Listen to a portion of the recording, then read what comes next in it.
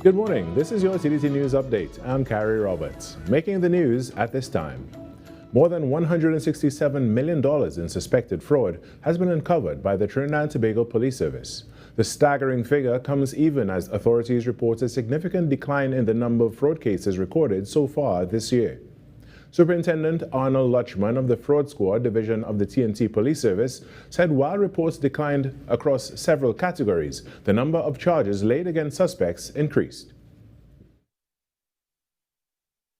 Our charges laid against fraudsters increased to 141 charges from the previous year, 125 charges, representing a 12.8% increase.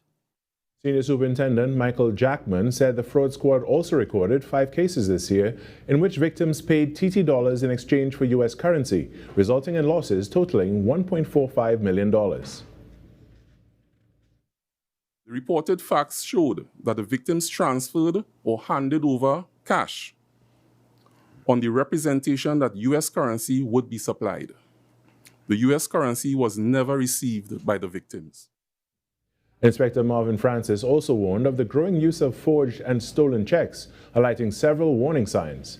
And while travel-related fraud and scams involving travel agencies are on the decline, Superintendent Lutchman advised travelers to exercise caution when making bookings. Moving to Independence Day preparations, Assistant Commissioner of Police Garvin Henry is reminding motorists to park responsibly, warning that officers will be carrying out an intensified towing and wrecking operation throughout the Independence Day celebrations. With large crowds expected in Port of Spain, ACP Henry said traffic management efforts will focus on getting motorists out of the city efficiently after the Independence celebrations and the CPL match at the Queen's Park Oval. Some of the major arteries we focusing on, from leaving the Savannah, the Lady Young, we would have some arrangements that would be published that focuses on the Lady Young as an exit route. We also have streets like Piccadilly Street. We have Cipriani Boulevard onto Colville Street. There would be arrangements there that would focus on that. You have Maharaval Road onto French Street. The entire Rising Road will be manned by members of the traffic branch, and on the Lady Young Road, the Northeastern Division will man that area also to assist with moving the traffic smoothly and quickly out of the city. Police are appealing to motorists to avoid illegal and inconsiderate parking, warning that vehicles obstructing roadways will be removed.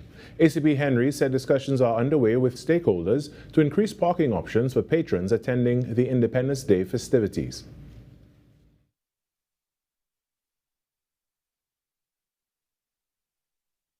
We intend to and have reached out to persons, the organizations who control the large car parks in the city, right? And we hope that these car parks become available to provide parking. We also intend to reach out to transport to see if we could have a shuttle service in place. These things have not been finalized as yet. However, we want to encourage the public to resist or refrain from inconsiderate parking because we will have a very vigorous wrecking operation in place. In sport now, the Trinidad Knight Riders are now winless in their last 3 matches in the 2026 Republic Caribbean Premier League. This came after they suffered a 36-run defeat at the hands of the St. Lucia Kings at the Queen's Park Oval on Wednesday. In what was their first home match of the season, TKR won the toss and elected to bowl. The team struggled, conceded 110 runs in the first 10 overs. An innings high of 105 runs from former TKR player Tim Seifert helped fire the Kings to 221 for 4 after 20 overs. In reply, TKR began well with Colin Monroe and Sunil Narayan combining for a partnership of 70 without loss. After the quick departures of Narayan for 25, along with Matthew Bretsky and Nicholas Puran for Duck, TKR had a required run rate of 16 and over. Despite a superhuman 65 for 26 from Kyron Pollard, TKR fell short with a final score of 175 for 6. The results leave the Knight Riders bottom of the standings on 2 points. And that's what's making the news this morning. But joining us right now is the host of Trinidad and Tobago Today, Virmala Balkaran. Good morning, Virmala. I'm not the host for the most anymore. Wow, I'm so disappointed. Good morning, Carrie. I was tying up my words there and all that. I know. I realized I put you on the spot there, but that's okay. I forgive you. All is forgiven. How are you this morning? It's Thursday. See, that's the love. That's the love we need in the morning. Like that. Happy Friday Eve. I am good. What about you? I'm doing good. Just in a little bit of traffic this morning, a little more than we are used to, especially, the school is out. So word of caution to drivers, if you are westbound on the highway in the vicinity of Arangwes, there is, I won't say an accident, but I mean, it's a car that apparently is not in the best condition, and it's facing the opposite direction on the rightmost lane. So just look out for that. And there are police officers as well guiding you. So, just know that you need to use 2 lanes and not 1, so cater for that. And it's always a toss-up on the highway. No matter what time of day, I feel like when I lived south and had to make the commute daily, there was always a chance there was something happening on the highway at the point in time that causes traffic, unfortunately. So, I would just urge drivers to be careful, drive for yourself and the other drivers on the road, and ensure that you are fully aware and vigilant of everything happening around you. And of course, don't do things that would make you more vulnerable or more susceptible to having an accident, like watching your phone while driving or anything like that. Yeah, don't be too preoccupied. Well, Carrie, before I go, I have to tell you, today is Burger Day, so you can celebrate by having a nice, juicy burger today. And it's also Just Because Day, and it's an opportunity for you to do something just because. So maybe get your significant other flowers just because, or maybe do something for yourself just because. And okay, hold on. So if it is today's Just Because Day, right? And then you get it because it's Just Because Day. Then you're not doing it just because. Well, you're doing it just because it's just because. I feel but if there's a day dedicated to Just Because and you are doing it on the day of Just Because, then it's not really just because, if you get my argument. You're doing it for Just Because Day then. It's just a reminder for us to do something for no reason whatsoever. So consider it tomorrow when it's not Just Because Day. All right. So do it just because. Get tomorrow. Flowers and make yourself a burger. And romance your significant other. And it's not just about romance, but also taking some time to do something for yourself. So maybe you should head to the beach just because. And if I'm not saying you should skip work or anything like that, but I'm also saying that you should take care of yourself and take care of your mental health. Sometimes you just need a little break. In beautiful Trinidad and Tobago, we have such a lax way about work and employment. We could just call in and be like, you know what, boss, I ain't coming in today. I don't feel very well. Traffic in Arangwes, so I can't make it today. Yeah, well, we are showing up every single day, and I'm so glad that you're here with me every day, Carrie. Today is Tobago Thursday, so you know what that means. We're talking everything Sister Isle today, and I can't wait to show you what we have in store. I want to find out more, of course, as usual. I'll talk to you soon, Carrie. Bye. All right, bye. Have a good one. When we come back, the Trinidad and Tobago Today morning show gets going right after this short break. Every client deserves expertise, integrity, and guidance they can trust. At Camino Realty International, we deliver integrated real estate solutions, sales, rentals, property management, and project development. Driven by excellence, transparency, and innovation, we protect value, create opportunity, and build lasting success. Because real estate isn't just about buildings. For more information on our services, log on to CaminoRealty.com or follow us on social media at Camino Realty TT. Camino Realty International, elevating lives one property at a time. Being connected, it means a lot because, first of all, you can't do this by yourself. When you have your phone, you always have somebody at your side. I could call for help, anything going like, I'm giving children the opportunity to experience outside of their neighborhood. Digital is kind of a comfort, you feel good that people in your lives are always able to be contacted. I was with the other network and I was having problems, so I joined Digicel and I never regretted it. Good morning, Trinidad and Tobago. I am Ria Roopchansing, and I'm inviting you to join me Saturdays from 9 a.m. to 11 a.m. for a brand new program that brings the issues affecting our lives, our communities, and our nation into focus.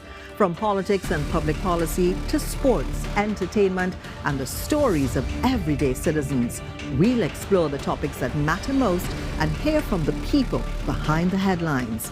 Real conversations, real perspectives, real issues. Focus, people, and politics, bringing the nation into focus. Premiering Saturday, September 5th, exclusively on TTT.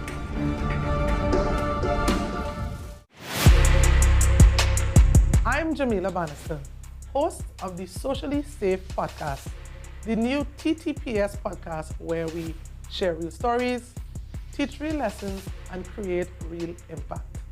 From online safety and youth crime to community policing and personal responsibility, we go beyond the headlines and talk about what's happening in our communities with the officers and experts who are on the front lines. Because safety starts with awareness, conversation, and action. Tune in to the Socially Safe podcast on the TTPS YouTube channel, listen on Apple Podcasts and on Spotify. Don't miss it. Watch on TTT, Mondays 6 p.m., Tuesdays 1:10 p.m.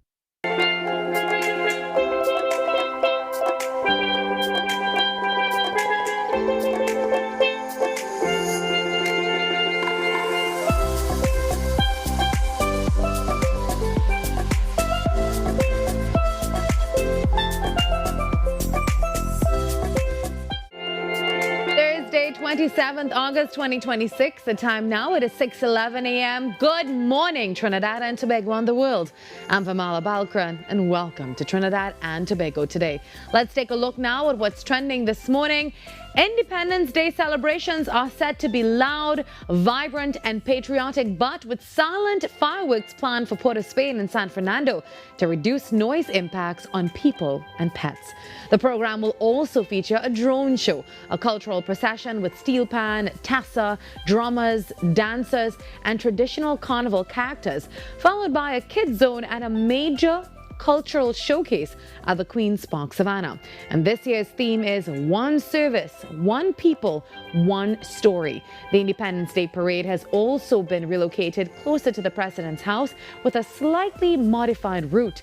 And police say comprehensive security measures will be in place, while motorists are being warned that parking at the Savannah will be prohibited and wreckers will be operating throughout the day. Well, the Trinbago Knight Riders have lost their third straight match in the 2026 Republic Bank Caribbean Premier League. The TKR suffered a 36-run defeat to the St. Lucia Kings at the Queen's Park Oval on Wednesday. The Kings posted 211 for 4, led by Tim Seifert's unbeaten 105, before restricting TKR to 175 for 6. Kyron Pollard top scored for TKR with 65 from just 26 balls, but the effort was still not enough. TKR captain Nicholas Puran said the game swung in the Kings' favor after his team lost 3 wickets in 1 over, while St. Lucia captain Roston Chase said the victory in Trinidad gives his team a major confidence boost. The Knight Riders will now look to bounce back in their next CPL fixture. Will you be there for that one? And in other news now, a massive flash flood and mudslide has killed at least 160 people across Nepal and Tibet, with hundreds more missing. In Nepal, 157 people have died and more than 400 tourists are unaccounted for, including hundreds of foreign nationals. Entire villages and roads, bridges, and power infrastructure were swept away. In Tibet, Chinese authorities reported 3 dead and 265 missing after a mudslide struck near a border crossing.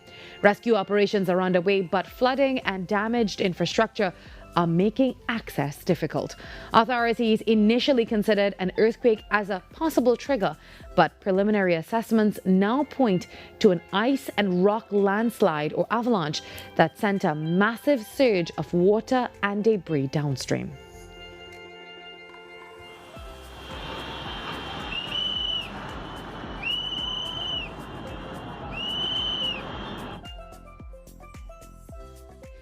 British actor Tim Curry, best known for his iconic role as Dr. Frankenfurter in the Rocky Horror Picture Show, has died at the age of 80.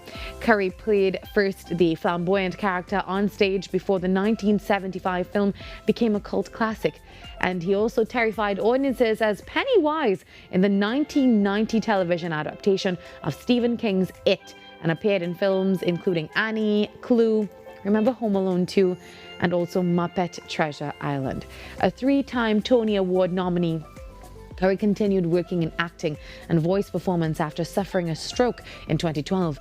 His representatives say that he leaves behind a legacy spanning 5 decades of theatre, film, television, and music. Definitely one of my favorite actors, and may he rest in peace.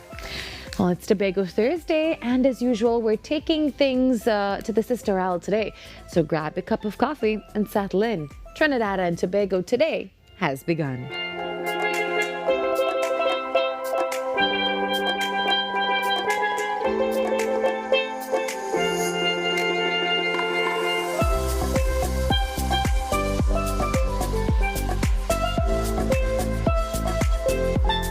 Every client deserves expertise, integrity, and guidance they can trust. At Camino Realty International, we deliver integrated real estate solutions, sales, rentals, property management, and project development. Driven by excellence, transparency, and innovation, we protect value, create opportunity, and build lasting success, because real estate isn't just about buildings. For more information on our services, log on to CaminoRealty.com or follow us on social media at Camino Realty TT. Camino Realty International, elevating lives one property at a time.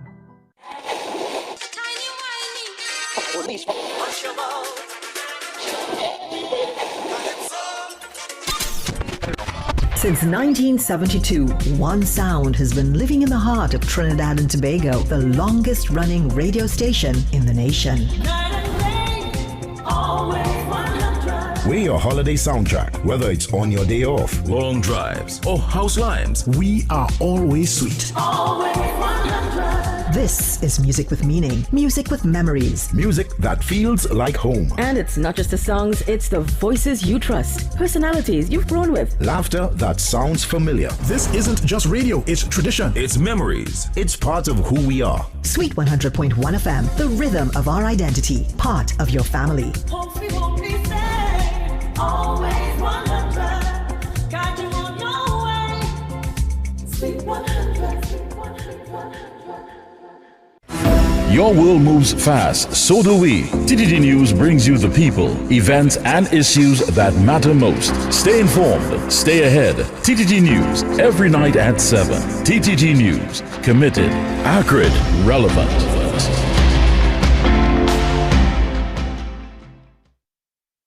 The Mother Church of the Anglican Diocese suffered significant damage during the earthquake of 2018.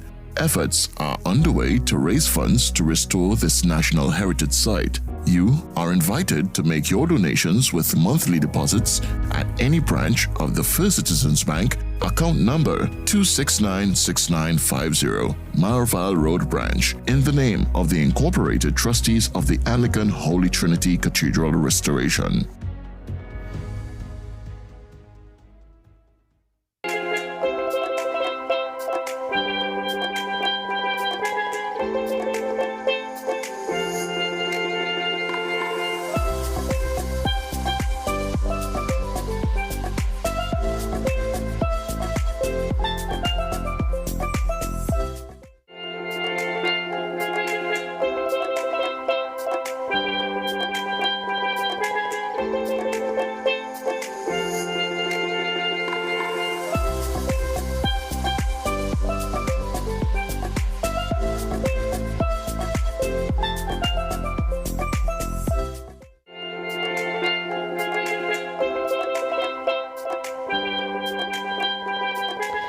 So remember we spoke about that devastating situation happening in Nepal. Well, actually, the numbers are more looking like 270 killed in Nepal, as experts are now warning of a possible second flood.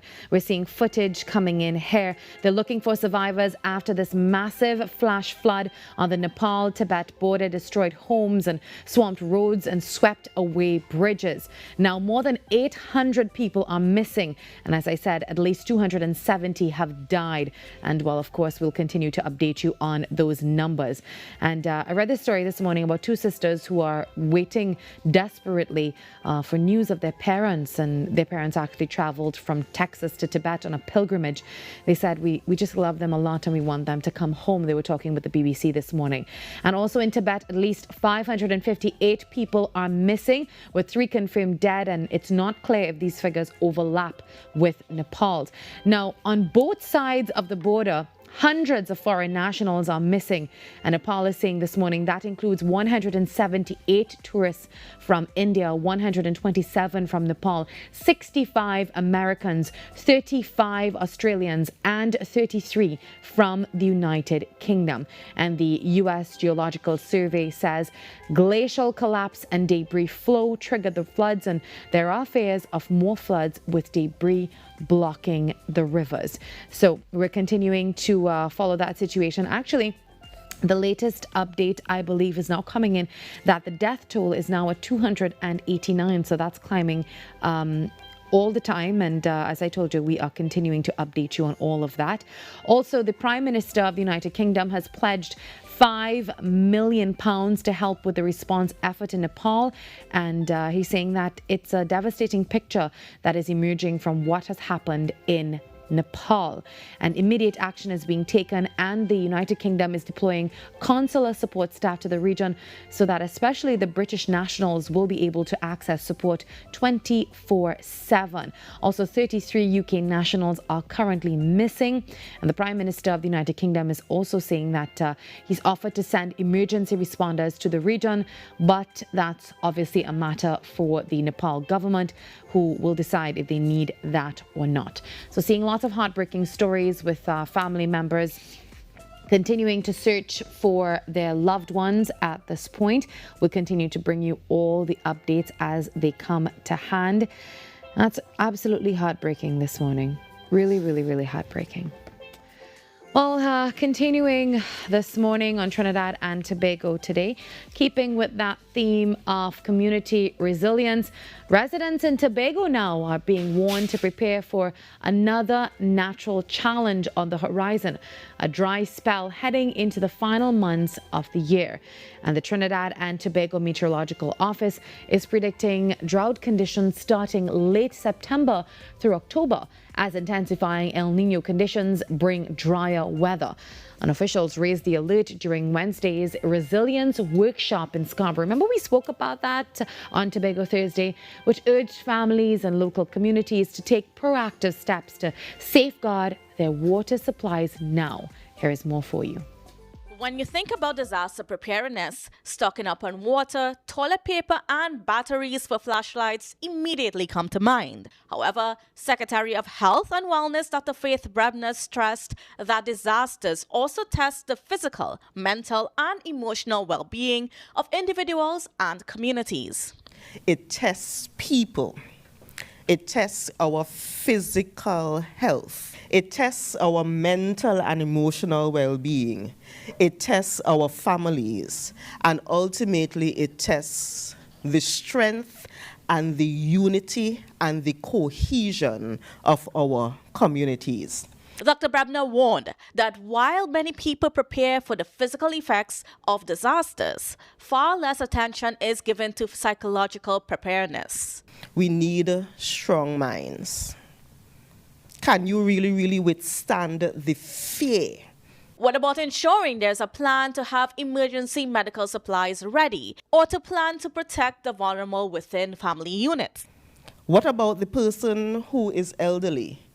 Your granny that you left home, probably by herself today, and you cannot get back home to take care of her. Dr. Brebner urged families to establish communication plans and support systems that can be activated if a disaster prevents loved ones from reaching each other. She added that strong communities are often the deciding factor in recovery efforts once emergency responders have completed their initial work. When those people or those agencies do what they have to do, the success of whether we survive the disaster or not comes from us really having that community.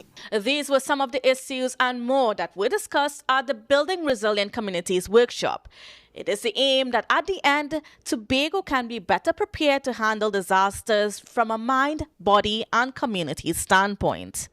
Candace Jackson, TTT News. Health Secretary Dr. Faith Brebner emphasizing that while government agencies lead initial relief efforts, a community's ultimate survival depends on the strength of its local support network and having a plan in place for vulnerable family members before emergency strikes. And keeping with that theme of community resilience this morning, residents in Tobago are being warned to prepare for another natural challenge on the horizon, a dry spell heading into the final months of the year. The Trinidad and Tobago Met Office is predicting drought conditions starting late September through October as intensifying El Nino conditions bring drier weather. And officials raised the alert during Wednesday's resilience workshop in Scarborough, as I told you, which urged families and local communities to take proactive efforts to safeguard their water supplies now. Here's more. Trinidad and Tobago and the rest of the region are currently experiencing El Nino weather patterns. It is a natural climate occurrence where sea temperatures rise, causing warmer than normal weather conditions. For Trinidad and Tobago, hotter days, lower rainfall, and less cloud cover is expected with a hotter than normal wet season and an earlier start to the dry season. In Tobago, Acting Director of the TNT Meteorological Service, Carrie Chapman-Dumas, cautioned on the potential risks and advised persons to stay alert. Sometime between the end of August into September, October, we are looking at drought-like conditions for Tobago. This means hotter than normal day and nighttime temperatures and less rainfall. So we are expecting at least a 75% chance of higher than normal average temperatures both during the day and in night. And again, we are about to enter our heat season, so it may just get a little bit worse than what we are already having. Already, Tobago has had a rough year for rain. In May, the island received only 8 millimeters of rainfall when the average is 86 millimeters. The following months were also low, resulting in lower surface and ground level water supplies. Also complicating rainfall levels are increases in Saharan dust clouds. Yes, we are currently experiencing a tropical wave, but with the increase in the Sahara dust, it is battling the tropical waves. So yes, the waves are coming off Africa as they normally would every 5 to 7 days, but they're battling that dry air. So they usually pass. You may get an hour or two of rainfall, and again, where is this rain falling? Not only is the Saharan dust restricting rainfall, it is feeding another problem that's been impacting Tobago's shorelines since 2011, sargassum seaweed. Sargassum feeds on the nutrients in the Sahara dust. Ms. Chapman-Dumas noted that despite the bleak predictions, the El Nino is providing one relief: a less active hurricane season, with somewhere between the likelihood of 7 to 13 named storms, 2 to 6 hurricanes, and 1 major hurricane developing in the region. But warned, yes, it may sound like good news, but again, it takes just one. Ms. Chapman-Dumas said the health sector in particular should prepare for an increase in patients with heat exhaustion, dehydration, and respiratory conditions as a result of the El Nino weather pattern. Candace Jackson, TTT News. Met Office officials are advising residents to conserve water and prepare for hotter days and nights ahead.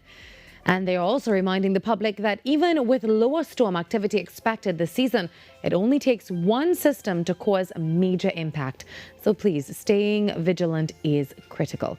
Well, speaking of the weather, here's a weather update now for you with Zaina James.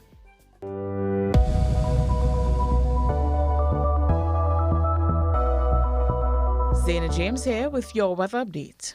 Thursday will be generally warm and sunny, with temperatures around 34 degrees in Trinidad and 32 degrees in Tobago. A few widely scattered showers could develop, mainly during the afternoon across western Trinidad and parts of Tobago as a tropical wave moves across our area. There will also be a low chance for an isolated thunderstorm as instability tries to develop within the generally drier atmosphere. But at sea, moderate conditions are expected in open waters and slight conditions in sheltered areas, with choppy seas possible near showers. Spring tides also remain in effect, so caution is advised near the coastline.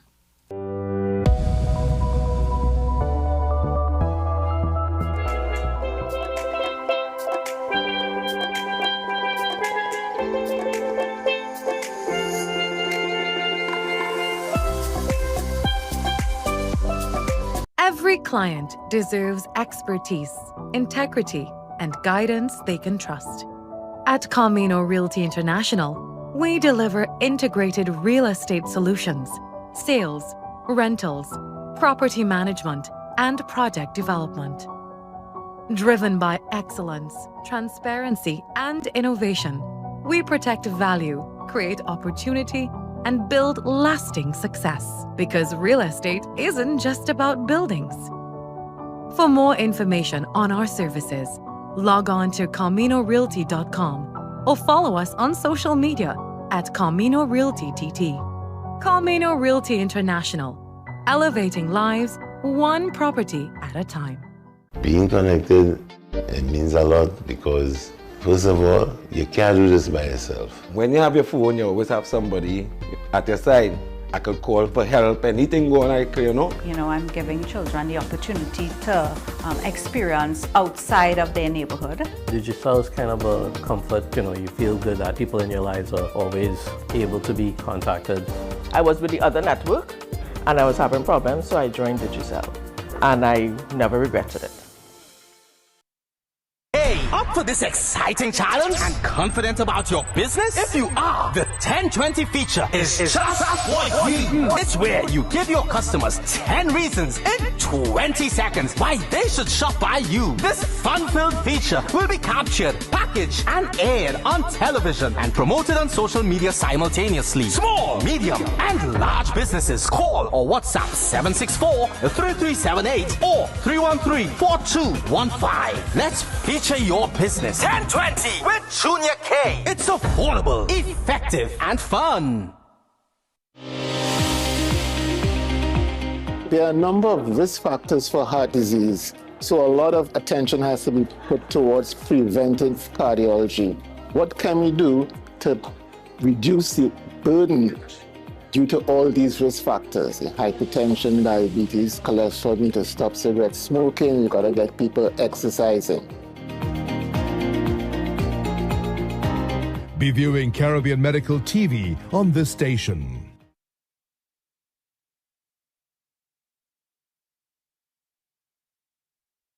Coming up on Caribbean Passport, it's pulsating energy, deep cultural traditions. It's none other than Barbados crop over.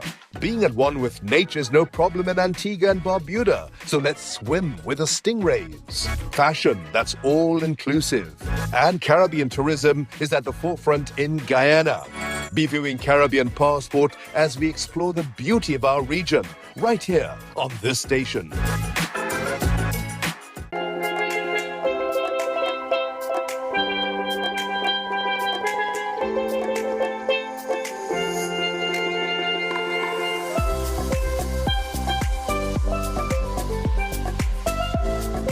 Welcome back to Tobago Thursday on Trinidad and Tobago Today.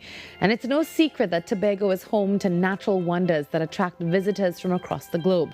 In this week's I Love Tobago segment, one author is using storytelling to introduce children to the island's natural treasures while inspiring a deeper appreciation of the environment.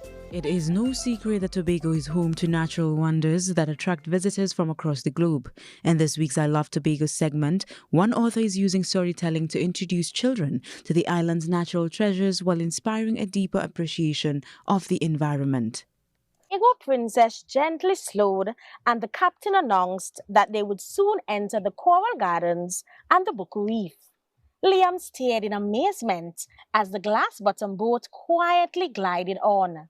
He saw clusters of common star or potato corals covering miles of the ocean bed.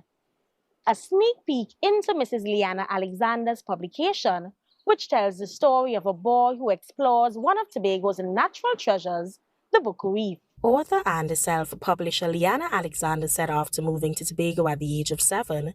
She quickly fell in love with the island's natural beauty. Walking home from school and stuff like that, and I always felt amazed at what Tobago had to offer. So now as an adult and an educator, I'm able to see the landscape that would have changed over the years. And I said, you know what? Children needs to know about this. They need to know about Tobago and experience it. And one of the ways I thought of doing that was through books. Mrs. Alexander then embarked on a mission to create storybooks. A Trip to the Buku Reef is the first in a series of children's books under the theme Tobago Treasure Trips. The inspiration for the book's design came from her experiences as both a mother and a teacher. I've been teaching for the past 24 to 25 years. Firstly as an early childhood educator and then as a special educator. And my son Liam, I basically was inspired to do the book through going to a field trip with him. And when I saw his friends and the way that he was learning, you know, the wonders in their eyes, just looking and learning, I felt inspired to create a book so that other children could be able to learn the way that he was learning. The non-fiction publication aims to educate children about one of Tobago's most treasured ecosystems. The book speaks about the different corals. So we have, you know, the potato coral, where Liam was looking at the coral and the finger corals waved at him and he waved back. We talk about the fishes, the different colorful fishes, bathing in the nylon pool. Though it may appear to be a simple undertaking, Mrs. Alexander admitted it took 11 years to complete the publication. Illustrators Jorianne LaRose and Marsha Gomes-Mackey joined her in conducting extensive research and site visits to ensure the images accurately reflected the environment. She added that with support from Mary Coffey, she was able to secure a design that highlighted the vibrancy of Buku Reef. I had to do research and further research, and then the sandbank went away and then it came back after the book was published, and I was saying, Lord, I need the sandbank to come back when I heard it's back. Right, so I went to the reef several times with different reef tour operators. Mr. Johnson was one of them, the elderly one. So I did it from Stobby, did it from Pigeon Point, and did it from Buku. So Mrs. Alexander hopes that after reading the book, children will become environmental stewards. It tells the children or teaches them about what the Buku Reef is about and how they can not only be protectors. I don't want to use the word protectors, but they can also protect the reef or protect our natural habitat by knowing about it, and they are not too young to know. Because I work with students with different abilities, we have to read for them. So I did the book in such a way, that is why I have the fast facts and did, you know, so that adults and parents can also read for the child. So I would say the books, all ages, because a lot of persons who would have bought the books and commented, they are now learning about the reef. A Trip to the Buku Reef is available at Mrs. Alexander's school, Mighty Minds Inclusive Learning Center in Signal Hill, Tobago. She also hopes her books will help young readers develop a stronger sense of Tobago identity. In Tobago, we have lots of stories to be told. In our villages, stories about Tobago, the beauty. So this is something I would want to see. And, you know, I want children, I must say, I want the children to own, to have that identity as to what Tobago is all about and be proud as citizens of Trinidad and Tobago. And as Tobago recently celebrated 250 years since the Main Ridge Forest Reserve was declared legally protected, it is fitting that Mrs. Alexander's next book is titled A Trip to the Rainforest. I am Carissa Douglas for TTT News, and I love Tobago. Well, as we're now gearing up for 64 years and celebrating independence, great news, as we told you this morning, for pet owners and for families and people sensitive to loud explosions this Independence Day. And definitely news that I'm so happy about. You know that. The official fireworks displays in Port of Spain and San Fernando will now be completely silent. So I do believe there is a drone show, as well as I told you, it's silent fireworks, and it's silent pyrotechnics. And they're intended to reduce the distress that loud fireworks can cause to animals and, of course, people nearby. But they still deliver that kind of, beautiful thing that we kind of love when it comes to Independence Day. But definitely I can do without that noise. So I absolutely love that. Great move by the government of Trinidad and Tobago. And celebrations, as I told you, will include a drone show. There'll be a cultural procession featuring steel pan and tassa, traditional carnival characters, drummers, dancers, and other performers. It all takes place at the Queen's Park Savannah. A kids zone begins from 5 p.m. and that's followed by a cultural showcase. As I said, it's steel pan, calypso, soca, chutney, even tassa, folk and theatre. And the theme this year, it's one service, one people, one story. So pretty much we still got the colour and the culture and the spectacle of Independence Day, but with a more considerate approach that helps to make the celebration more comfortable for pets and the elderly and children and vulnerable members of the public. Also, earlier this week, we spoke with the TTPS, and that was on TTPS Today. And Sergeant Jagrup reminded us that there is a 1-hour period on Monday, on Independence Day, on that public holiday, where you get to use fireworks. It's 8 p.m. to 9 p.m. and that's without a permit. Anything outside of that, please get yourself a permit.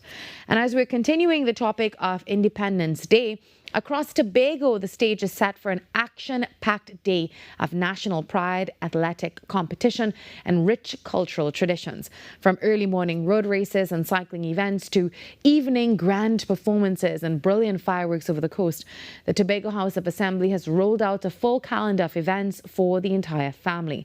And joining us today to give us the complete rundown are Anne-Marie Desgazons, Policy Director for Performance Management in the Office of the Chief Secretary, and Jessie Taylor, Cultural Officer 2 in the THA Department of Culture. Welcome to you both. Good morning. Pleasant good morning to you. Thank you for having us. Happy Independence to you in advance. Yeah, happy Independence. How's Tobago this morning?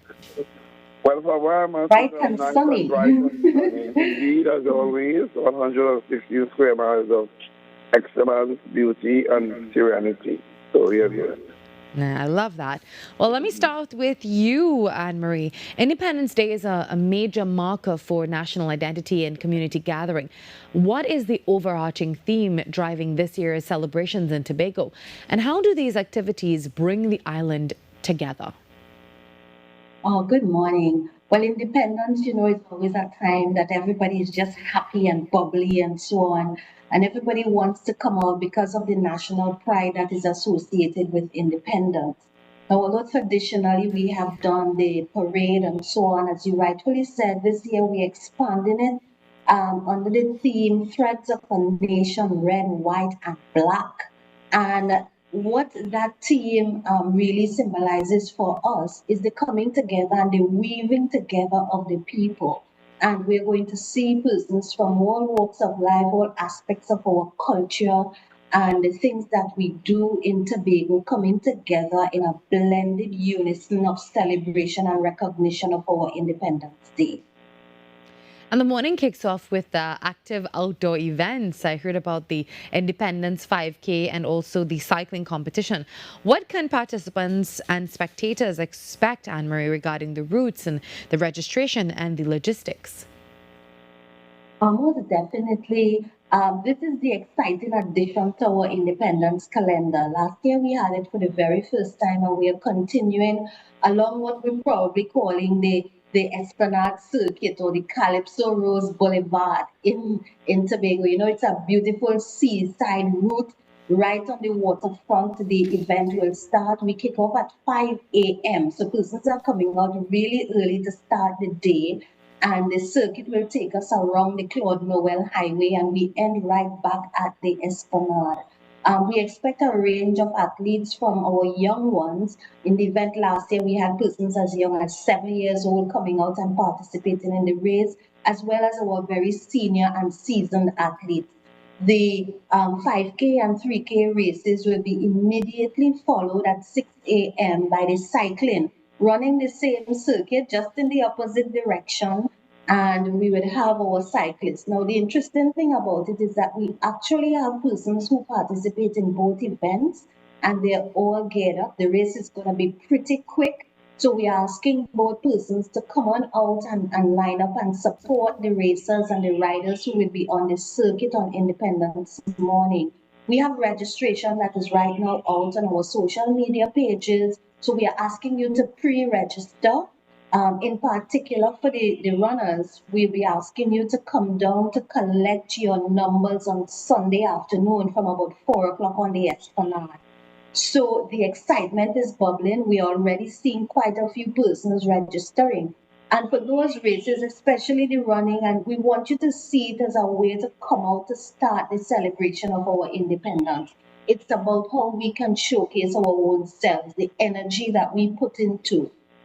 And that's what we're getting from the runners. It's about people coming out to say, we're free, we're happy, we're celebrating this milestone in our development as a nation, and we are contributing our own gifts and our talents to this experience. So we expect it's going to be an exciting time. The registration numbers are already climbing. We are expecting to see about 300 runners and cyclists on the race early morning on Independence morning. And we're inviting all persons who are listening right now to come down and to be a part of this exciting new addition to the Independence calendar in Tobago.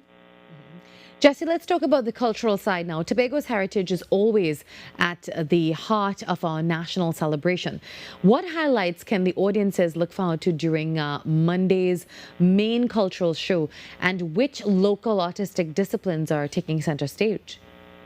So, indeed, Tobago has been known and become famous over time for what we are able to present, which is aspects of our rich indigenous cultural legacy, and that is perhaps no greater time than now to really show the movement and the evolution of what we call our natural heritage treasure. So, indeed, they having just concluded the Tobago Heritage Festival 2026, a number of artists who would have showcased during that period. We would also have on show the Tobago Heritage Monarch, the uniform Zarika. We will have the winners from the Folk Fiesta, which was held during the same season in the area of dance. We'll have patriotic songs, village choirs. We'll also have a balanced assortment of characters, traditional folk and patriotic costumes that will also help symbolize the different wonders that we have: tourism, creative fantasy, the national instrument and steel pan by our young arrangers on the island who've been doing so well in the pan world. And we'll also have a surprise guest. We asked everybody to come out to see. We have a main act as well that should culminate the evening's presentation against the lighted back sky, drop as the sky, to really give the imaging. The intention really is to make a way for families and children, young people, different generation demographics to come out and really have a family time, spend good quality time with good entertainment and traditions and goodies, cultural things, and culinary treats. So it's set and it will happen at 6:30, and the fireworks is supposed to be done immediately after, against the backdrop of the beautiful Atlantic shores, which we are proud to serve and part of our natural treasures. All right, Anne-Marie, would you wrap up for us and give us the details for anyone wanting to attend on Monday? On Monday, it is packed. I would want to say come out early, get your spot, because there'll be lots of crowds for Independence. And the events are immediately followed by the parade, So we're moving from downtown Scarborough across to the stadium and then back into Scarborough again for the continuation of the regatta and all the events of the day. So pack a bag, come on down, get your early park, enjoy the beautiful scenery that Scarborough has to offer, and participate and support the activities of independence. Include yourself as one of the threads that weave our nation together in this grand, massive independence celebration. All right, thank you so much, Anne-Marie and Jesse. Thank you for sharing those details with us. Thank you for having us. No problem. Have a great day. Whether you're running and cycling, enjoying the cultural performers, or watching the sky light up with fireworks, there's clearly something for everyone this Monday in Tobago. That was Anne-Marie Desgazon from the Office of the Chief Secretary and Jesse Taylor from the THA Department of Culture. We take a quick break and we'll be right back.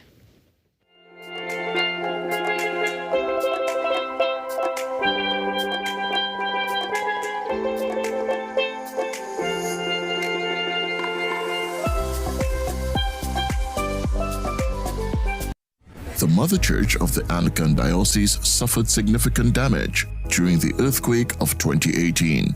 Efforts are underway to raise funds to restore this national heritage site. You are invited to make your donations with monthly deposits at any branch of the First Citizens Bank, account number 2696950, Marval Road Branch, in the name of the Incorporated Trustees of the Anglican Holy Trinity Cathedral Restoration.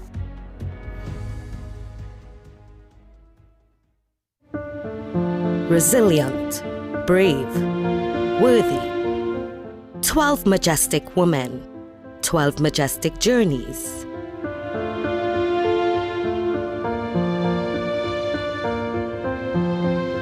Majestic Makeover Season 3, coming soon to TTT and TTT Live Online. Majestic Makeover Season 3 is powered by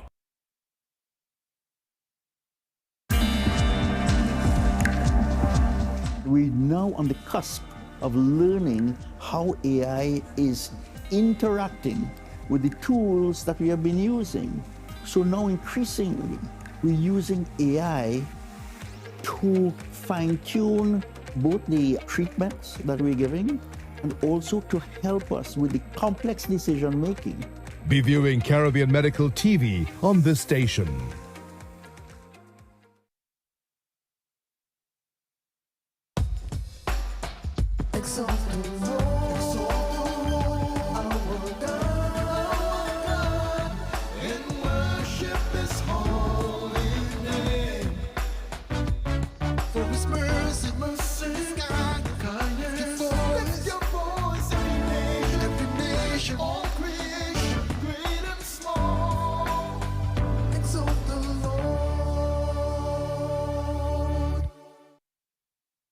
Ever wondered what happens before the lights come on? Before the crowd pours in? Before the magic hits the stage? This is your all-access pass.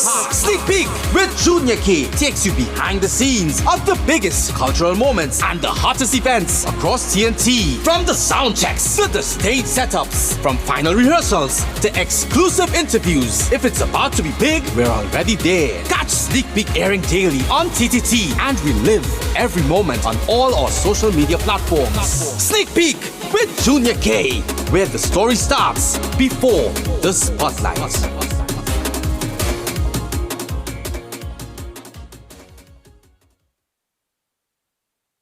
TTT News, every night at 7. TTT News, committed, accurate, relevant.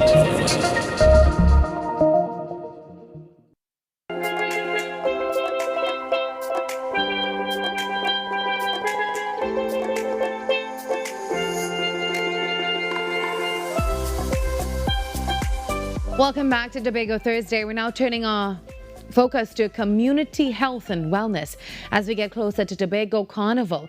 Getting Fed ready should mean getting your outfits in order. It shouldn't just mean that, I should say. It means getting health ready as well. The Division of Health and Wellness is encouraging everyone to please put your physical well-being first. Whether that means breaking a sweat after work or getting your blood sugar checked, it's simple. Well, joining us today, we have Corel Daniel, Senior Program Coordinator for the THA Workforce Wellness Unit, Unit, and Dr. Alina Williams, Director of the THA Department of Wellness, Prevention and Health Promotion. Welcome to you both. Good morning. Good morning. Good morning. Thank you for having us. Yeah. Thank you for being here. Carell, let's start with you. Can you tell us a little bit about the After Work Aerobics Initiative and why it was introduced? Sure. So at the Division of Health and Wellness, we would have celebrated Mental Health Awareness Month in May, and part of our activities was the after work aerobics exercise. And because of the positive responses there, we decided to make it a monthly initiative for staff and by extension, the public. And it was really implemented to promote physical activity. And we know that physical activity is not only linked to physical health, but it helps to improve our moods, it helps to reduce stress, even to support our mental and emotional well-being. And who can participate, Carell? And do persons need previous experience in aerobics? No, it is open to the public, everyone. Your family, your auntie, your nana, anyone is welcome to participate. And there's no experience needed because we do have a certified trainer and anyone can participate at their own pace. If you decide you need to stop and rest, you can stop and rest. Yeah. And Alina, I want to come to you now. For persons who may not be familiar with it, what is the Ready, Set, FET campaign? And what is the main goal behind that initiative? Okay, so the Ready, Set, FET is really a preventative health campaign designed around one of Tobago's now major event, which is the Tobago Carnival. We know that major events tend to be followed by an increased demand in health services. So whether that's from illness, injury, the effects of alcohol, mismedication, or any other preventable condition, we have recognized that there is that spike that follows the Tobago Carnival period. So rather than waiting until after the carnival to respond to those consequences, Ready, Set, FET is about putting things in place to get ahead of them. So we'll be taking health promotion, education, and prevention mechanisms to the carnival space. So giving people information about, how to manage your health, not just physical health, your mental health, your sexual health, different components during the festivities. Our goal is really to reduce preventable health burden associated with the carnival period because we recognize that Tobago Carnival is important for our culture and our economy. All right, thank you so much, ladies. We're going to ask you to stay with us just a few more moments. Carrie's up next with the news, and then when we come back, we'll continue chatting a little bit more so people can get all that information that they need to stay healthy. All right, so stay with us. Carrie's up next, as I said before, a commercial break before that. See you inside hour number 2 of Trinidad and Tobago Today.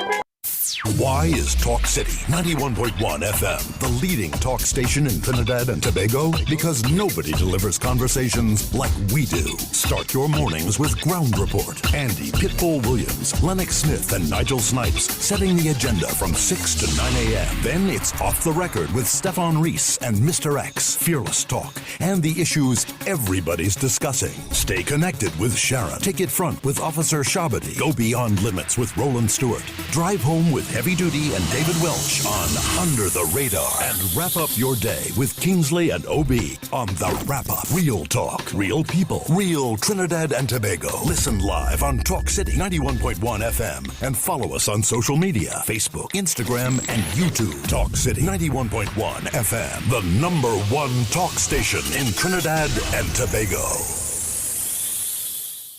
The plays that shake the arenas.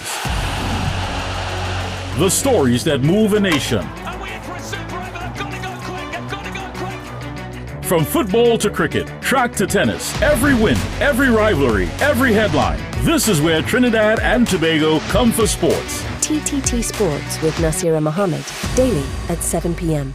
Being connected, it means a lot because, first of all, you can't do this by yourself. When you have your phone, you always have somebody at your side.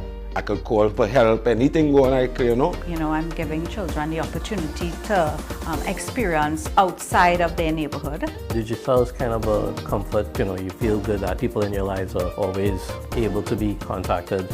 I was with the other network and I was having problems, so I joined Digicel and I never regretted it.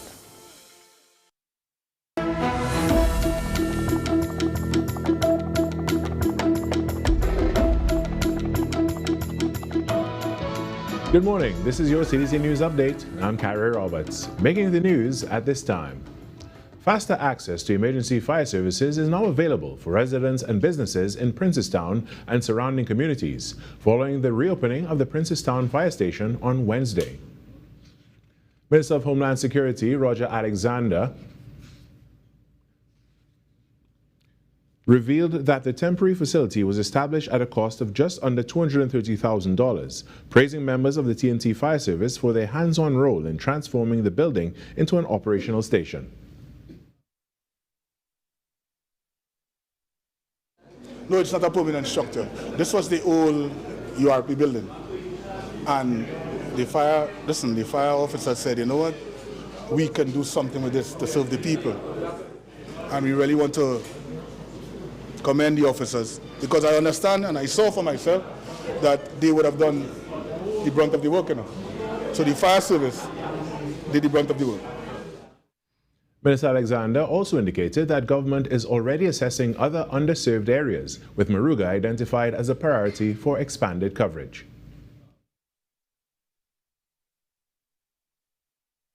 We are in consultation.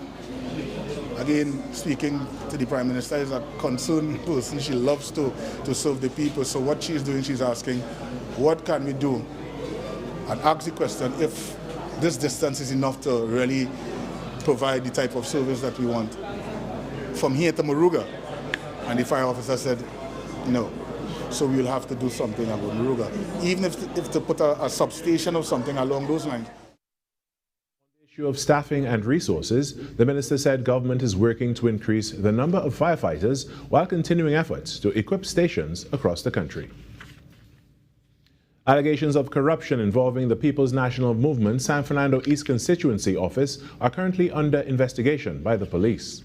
This according to Minister of Homeland Security Roger Alexander while responding to journalists' questions on the issue following the opening of the Princestown Fire Station on Wednesday.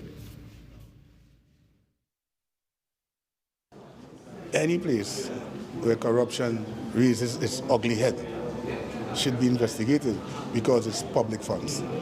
I have some of the documents in my possession that I have seen, and I don't know. It's shocking. It's amazing that someone could move from the outhouse to the White House. That's all I'll say.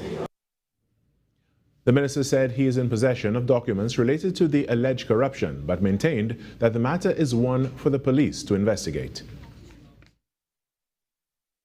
In a way, we just get things, there are persons who give us information from time to time, whether they are blowing the whistle or not. And that's in relation to the corruption? Yeah, I think once enough is enough and it attracts the attention of the police, whether by report or otherwise, then the police can afford to investigate. We don't get involved in that, And we are not going to demand that the police investigate anything. The police have their job to do, and we support that. In sport, Maloney Pacers will be looking to clinch the Lincoln Cripple Griffith North Zone Basketball League Under-17 Division title this evening when they face Spartans TT in Game 2.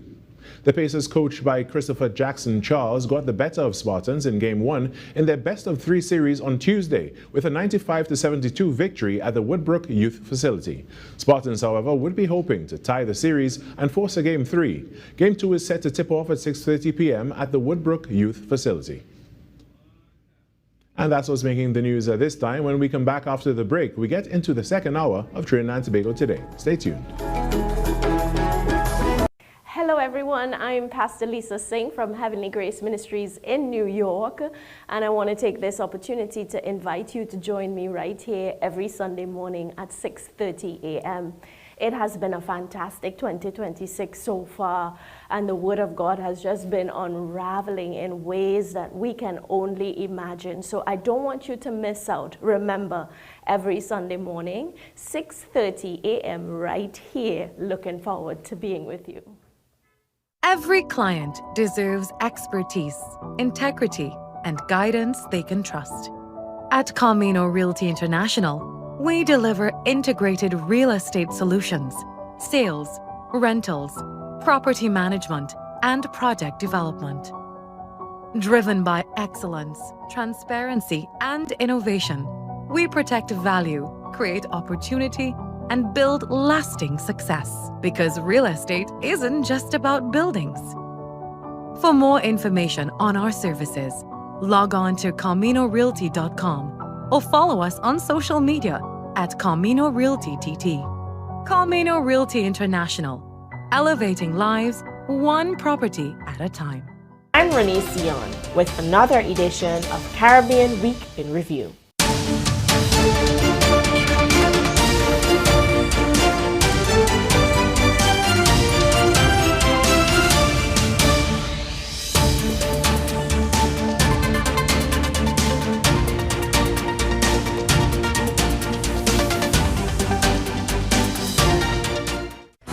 Your world moves fast, so do we. TTT News brings you the people, events, and issues that matter most. Stay informed, stay ahead. TTT News, every night at 7. TTT News, committed, accurate, relevant.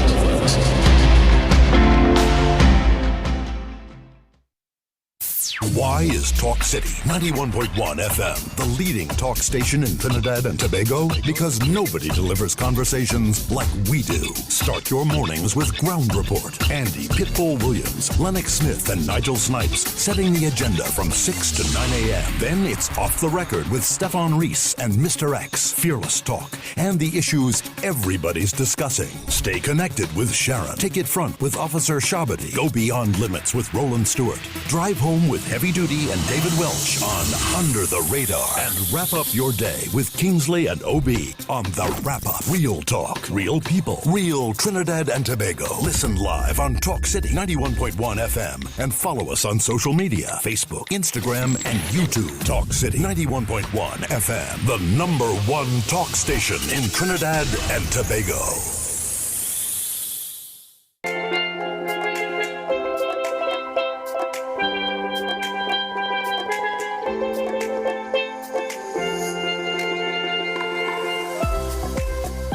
Welcome back to Tobago Thursday on Trinidad and Tobago Today. We're having a discussion this morning about the THA Wellness Initiative that's open to the general public. And we have staying with us on the line, Corel Daniel and also Dr. Alina Williams. Welcome back, ladies. Thank you. Thank you for staying on with me. Definitely a discussion that our viewers are enjoying this morning. So tell us, Corel, how can persons participate and what should they bring? Okay, so these sessions are the sessions are held at the division's courtyard. It's every last Thursday of the month. So today, the 27th of August, is actually our most recent, or we'll be doing a session this afternoon. 4:15 to 5:15, that's the regular time. But we tend to start like 4:30 to give persons time to come in like after work or when they come in to be able to change their clothing. So once persons come, they go to the registration table, they give them their information, sign the liability waiver form, and then you are ready to hit the courtyard.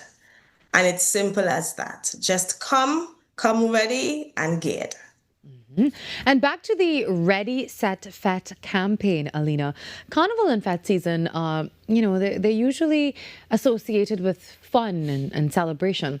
What are some of the health and safety issues that the Ready, Set, Fet campaign is hoping to get people thinking about before and even during the season? So we have normalized pushing our bodies to the limit during Carnival. And, this is part of the excitement, running from event to event, getting very little sleep, excessive alcohol, not eating properly. So there are a few things we really want to focus on. Hydration is one, especially because Tobago is expected to face drought conditions during that time. We want people to pay particular attention to the heat, hydration, dancing and crowded environment coupled with alcohol consumption could really affect hydration. We're looking at sun protection as well. That's an important part of the campaign. We underestimate how damaging the sun can be. And for people that are spending hours in the sun with these climate conditions, it could be, significant in terms of their physical health. We want to also advocate strongly for responsible alcohol consumption, complying with your medication. So if you know you have medication that you should be taking, that you remain compliant despite the changes in routine. We're looking at sexual health, especially as it relates to consent, for example, right? So it's a case where we are teaching people not only how to ask, but how to recognize nonverbal consent. Personal safety is also important. We want people to be able to get to events safely, reach back home safely, and just have an awareness of when they've reached their limit. Well, thank you very much, Dr. Williams and Carell. I know that there'll also be diabetes testing on Friday. That's happening, so that's something that the public can also take advantage of. Well, thank you very much. Have a beautiful day in Tobago, and we'll talk to you soon. Thank you. All right. Remember, this evening, it's the after work aerobic session. And this Friday, August 28th, head down to the Division of Health and Wellness from 8 a.m. to noon for your free diabetes test. And so much happening in Tobago. And we're so happy to bring it to you on Tobago Thursday. Just heading back to what we were talking about earlier about that situation in Nepal and Tibet. Remember, we continue to give you the updates. I believe the death toll is somewhere around 289. We'll continue to bring you the figures as they are updated on international media. Well, the time now 7:11 on Trinidad and Tobago today. We get ready to take a short commercial break. And in the interim, if there's something you want to reach out to us about, simply send us an email at ttt@ttt.co.tt and you can be a part of the conversation that's shaping our nation. See you in a bit.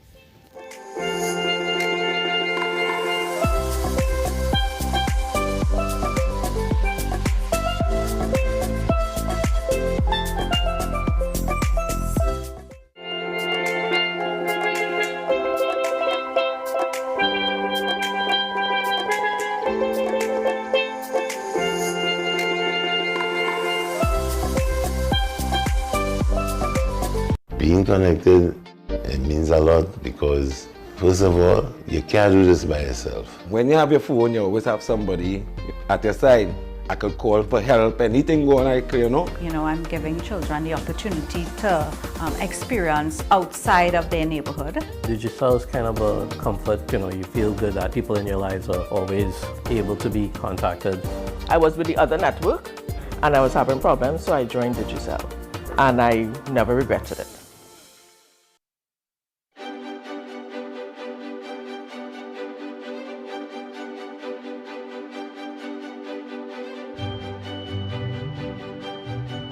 Welcome to 1020 with your truly Junior K. Open day. Big things happening in CTS College. Joining me inside this challenging 1020, we have Charles, of course, MBA student and lecturer. Are you ready? 10 reasons in 20 seconds why somebody should attend CTS College. Oh yeah, that's easy. Really? The clock is ticking. Begin. All right, so you have daycare, primary school, preschool, secondary school, tertiary education. It's convenient, it's flexible. There's a lot of payment plans that's available. A lot of the courses available online, and most importantly, student support like crazy. Whoa, with 3 seconds left. Watch now, Charles. You aced it. Big up to CTS College, man. 1020.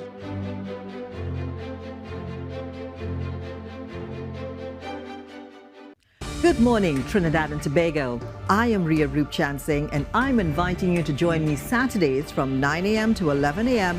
for a brand new program that brings the issues affecting our lives, our communities, and our nation into focus. From politics and public policy to sports, entertainment, and the stories of everyday citizens, we'll explore the topics that matter most and hear from the people behind the headlines. Real conversations, real perspectives, real issues. Focus, people and politics, bringing the nation into focus. Premiering Saturday, September 5th, exclusively on TTT.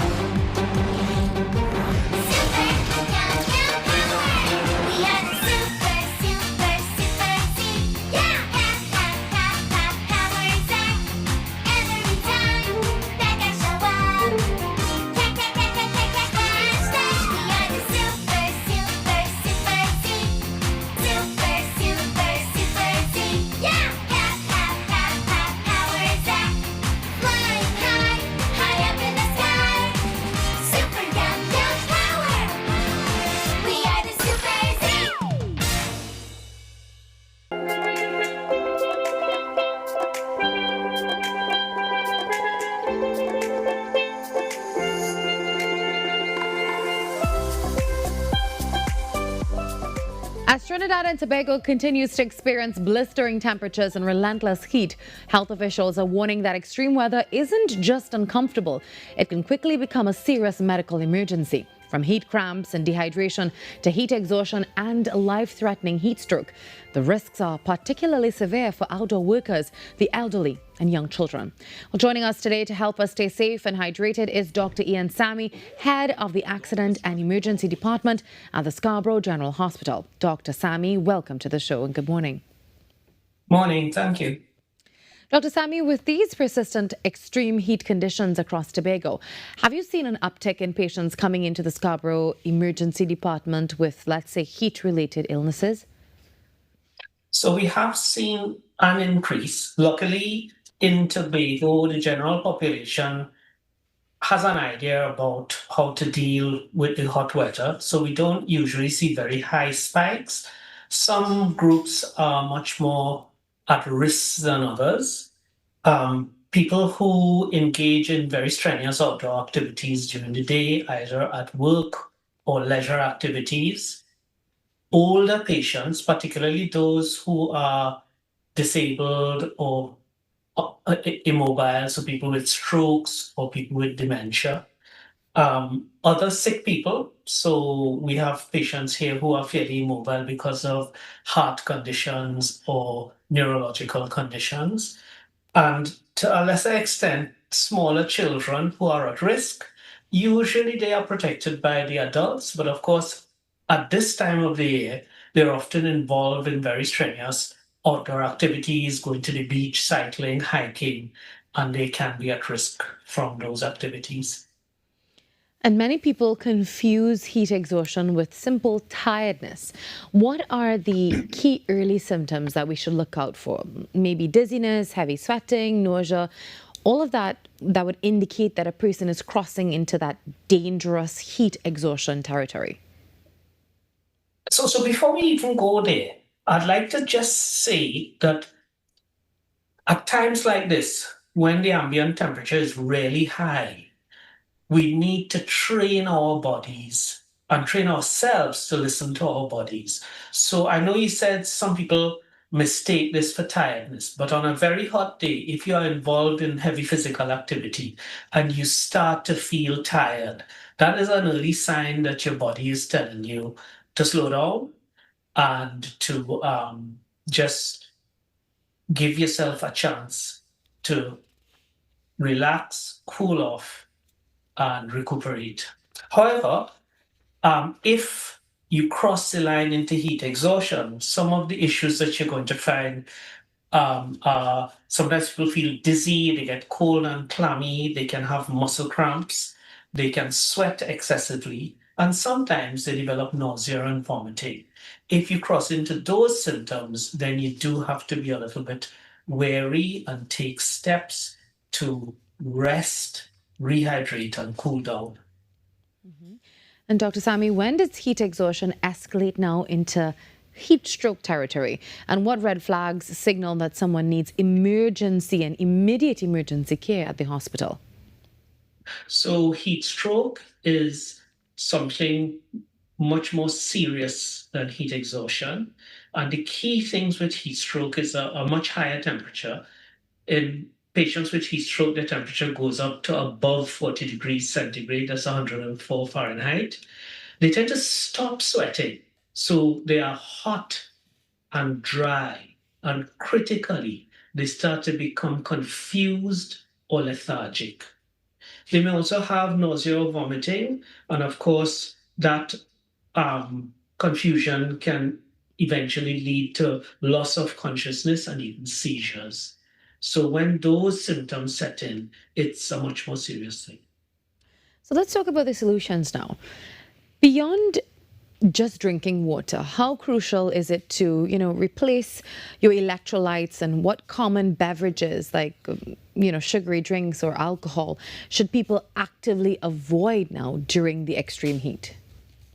Okay. I think the first thing to say is that once you're dealing with this kind of hot weather, it is important to keep hydrated. And for most people, that would simply entail drinking more water. So our aim, as a rough guide, our aim should be at least 8 cups of water per day. And the thing is to keep drinking small amounts of water throughout the day. For most people, there's no need to specifically add electrolytes to that because you will get your electrolytes from what you're eating.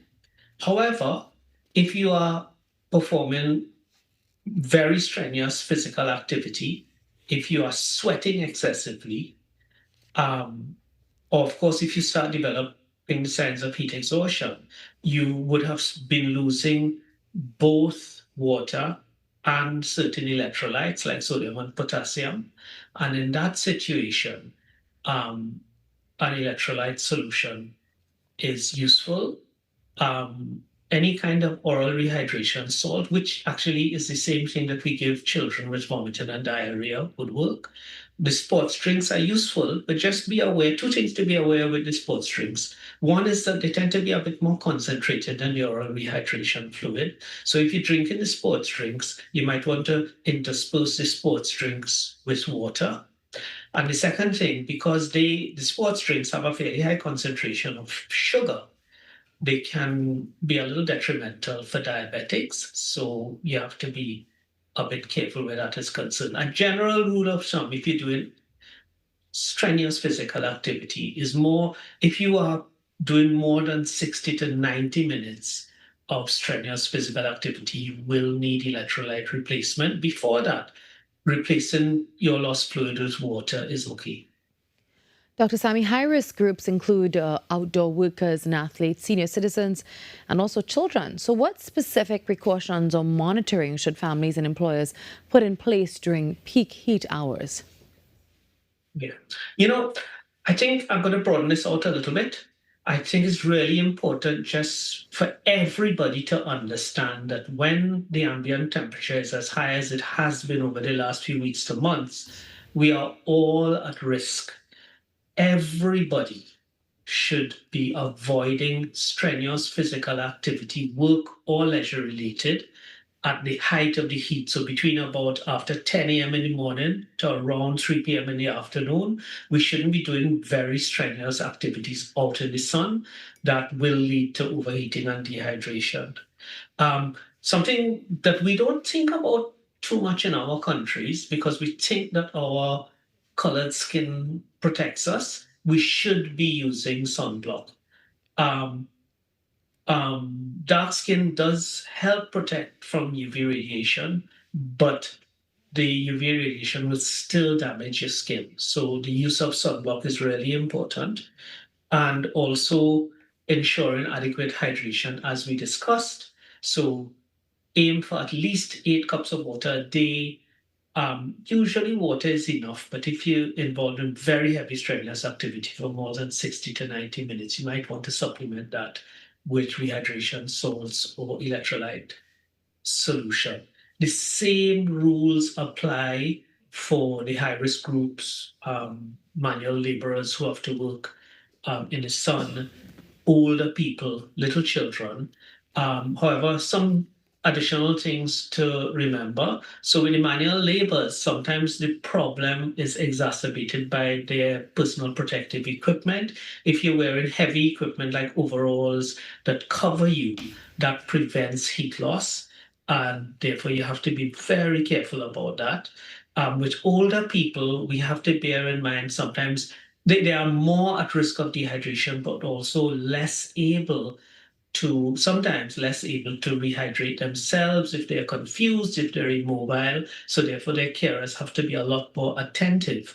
Similarly with little children, and we're in a holiday period now. So when we are thinking about taking the little kids out to enjoy the swimming pool or the beach, we just have to be careful to limit their exposure to the heat of the sun. Best times, early morning until about 9, 10 o'clock, and late in the evening after 4. And finally, Dr. Sami, briefly tell us, if someone collapses or shows severe signs of heat stress nearby, what critical immediate first aid steps should bystanders take before medical help arrives?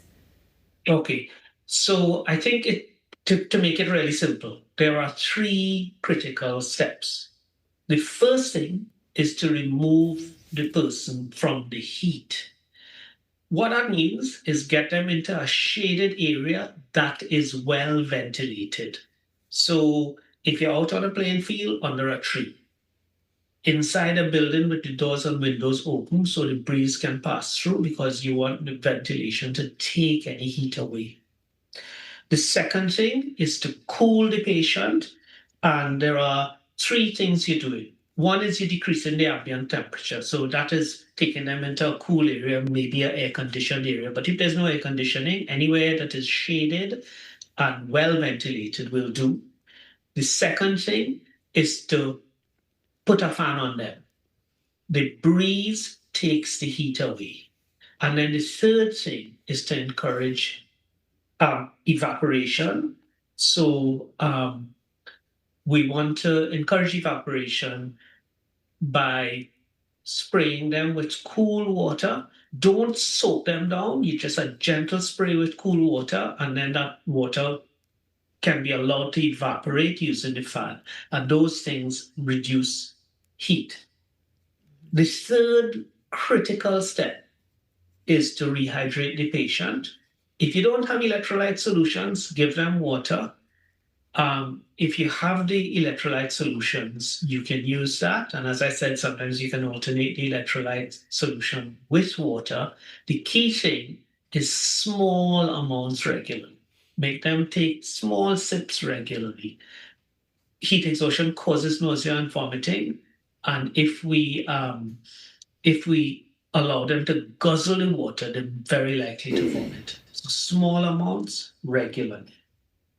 If the patient is hot and dry, or confused, or experiencing severe cramps, or if you have instituted the first aid measures and they're not getting better, you need to call an ambulance and they need to be taken to hospital.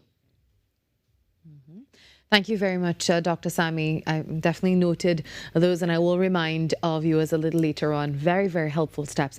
Even here in Trinidad, it's been extremely hot. It's been hard to cope, but thank you very, very, very much for sharing your expertise with us this morning. Stay safe, and we'll talk to you soon. Thank you. All right. That was Dr. Sami joining us and breaking down those crucial medical safety tips for us. Remember, it's super hot these days. Please stay hydrated, get your electrolytes in, and take care of yourself. The time now 7:28. We take a short commercial break and come back with more.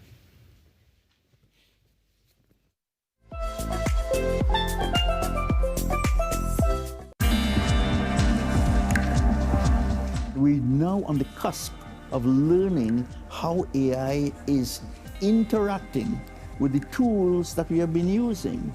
So now increasingly, we're using AI to fine-tune both the treatments that we're giving and also to help us with the complex decision-making.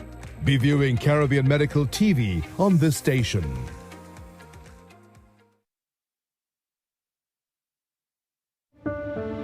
Resilient, brave, worthy. 12 majestic women, 12 majestic journeys.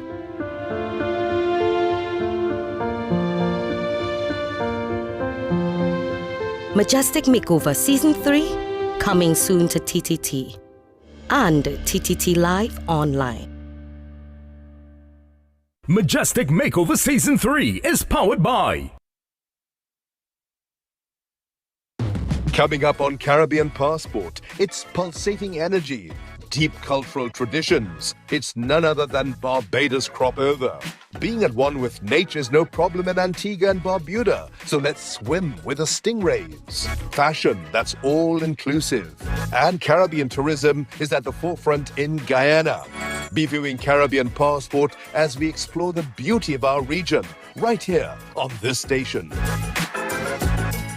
Hey, up for this exciting challenge and confident about your business? If you are, the 1020 feature is just what you need. It's where you give your customers 10 reasons in 20 seconds why they should shop by you. This fun-filled feature will be captured, packaged, and aired on television and promoted on social media simultaneously. Small, medium, and large businesses call or WhatsApp 764-3378 or 313-4215. Let's feature your business. 1020 with Junior K. It's affordable, effective, and fun.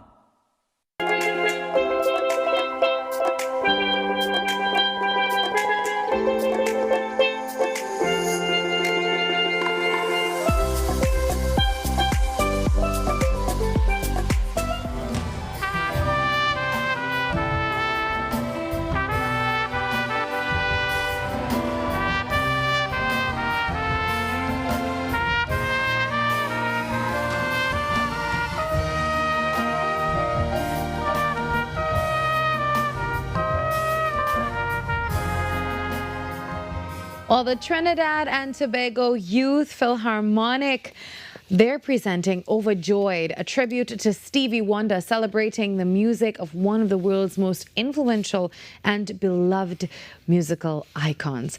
The concert features musical direction by the amazing Kenneth Listrop and promises an evening of orchestral and vocal arrangements inspired by Stevie Wonder's timeless catalog.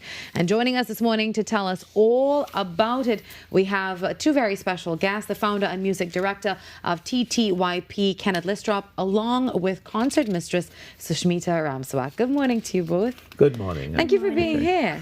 Thank you also. So let's start with talking a little bit about TTYP. Now, for viewers who may not be familiar with the Trinidad and Tobago Youth Philharmonic, tell us about it and its mission. Well, some people call it the best kept secret in Trinidad and Tobago. We've been around since the year 1999, and this year I think it's 26 years we are celebrating. Wow. It's the largest symphony orchestra and only youth orchestra in Trinidad and Tobago. And we've been doing youth development for 25 years and more. Wow. And how important is it to give young musicians that opportunity to perform in a full orchestra environment, and what does that experience do for their development? Yes, we take them as young as 5 years old, and really it's important so they can understand the history of the music of Western civilization and its foundation rooted in classical music, and letting them know that they can appreciate all different genres of music, but the skills and the techniques and that they use for any type of music is rooted and grounded in classical music. And beyond learning an instrument, what do young people gain from being part of an orchestra? Gosh. So many things, We could start with the fact of the academic performance of the students overall. Consistently, almost every year, we've had students, with national scholarships, balancing orchestra, academics, other extracurricular activities, making lifetime bonds and friendship. It's really, really, and it's a great and positive. It's the best place to have your child from 5 years old. They'll never give you any trouble. I agree. I was at your most recent event and it was absolutely wonderful. You were tremendous as well. Tell me about your experience with the group.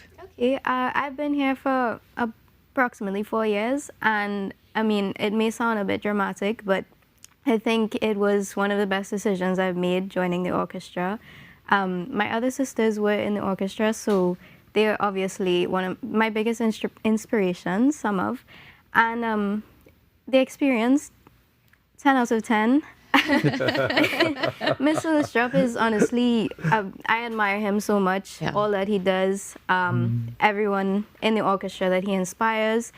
So much can be learned from just being in an orchestra, and as he said, lifelong friendships, academic-wise as well.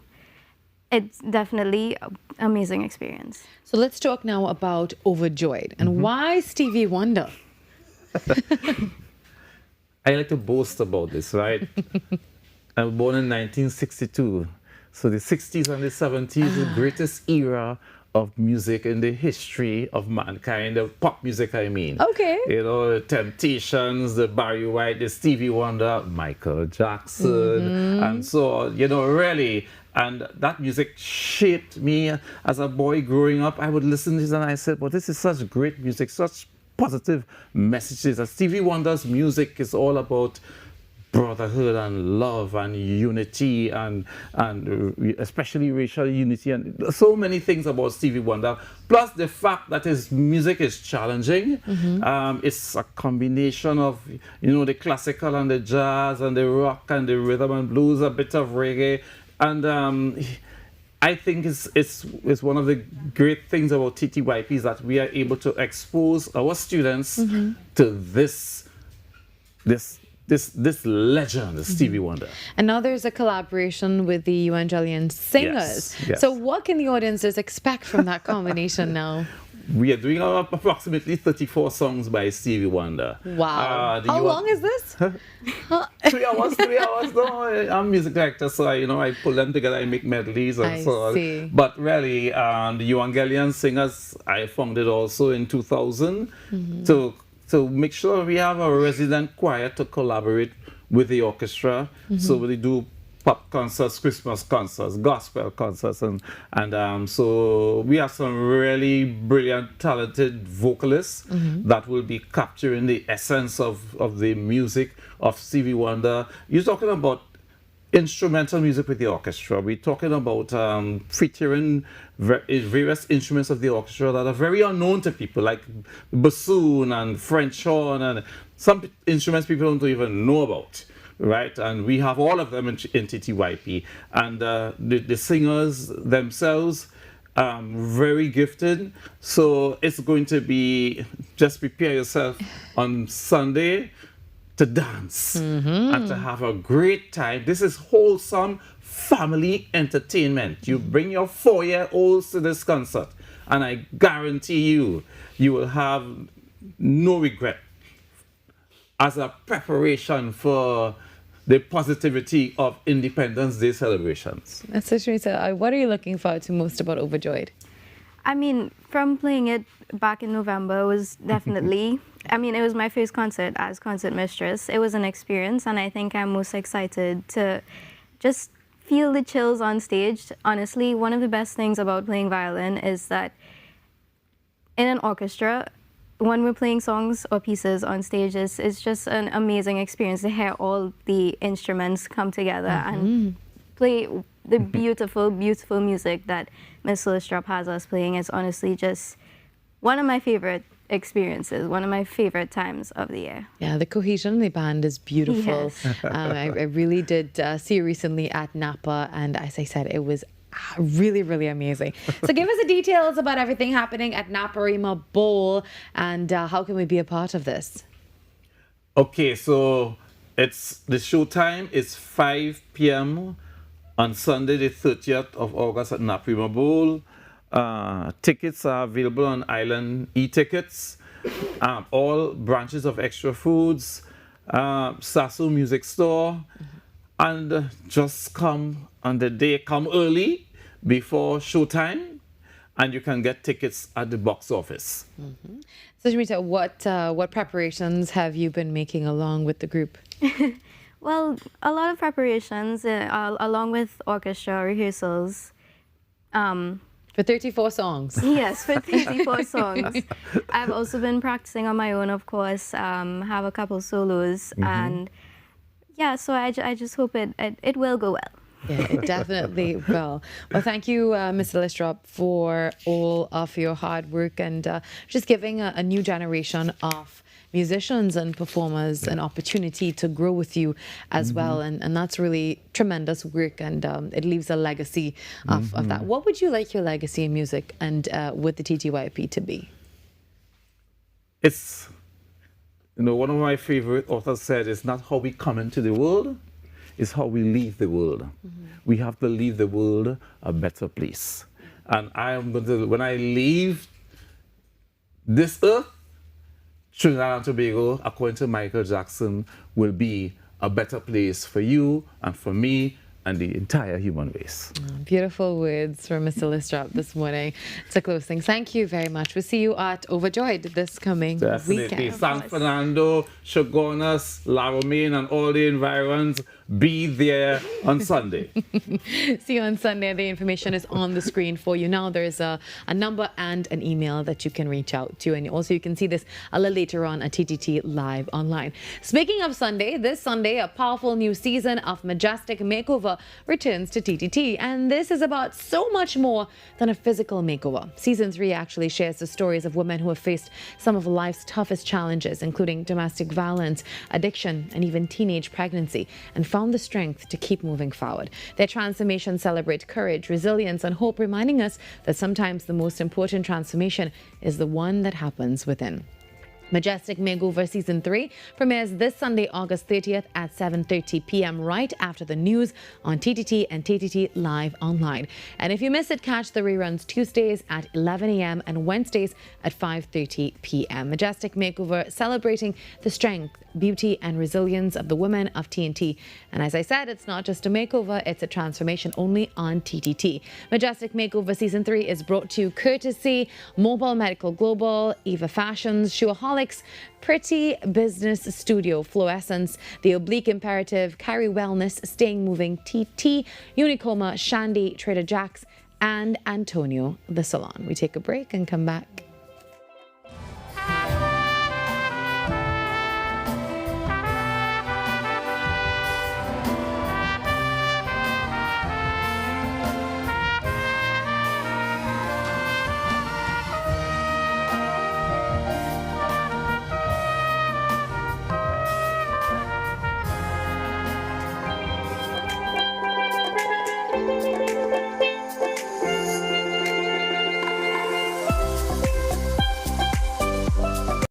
Unleash your imagination with TTT's terrific Toon Time.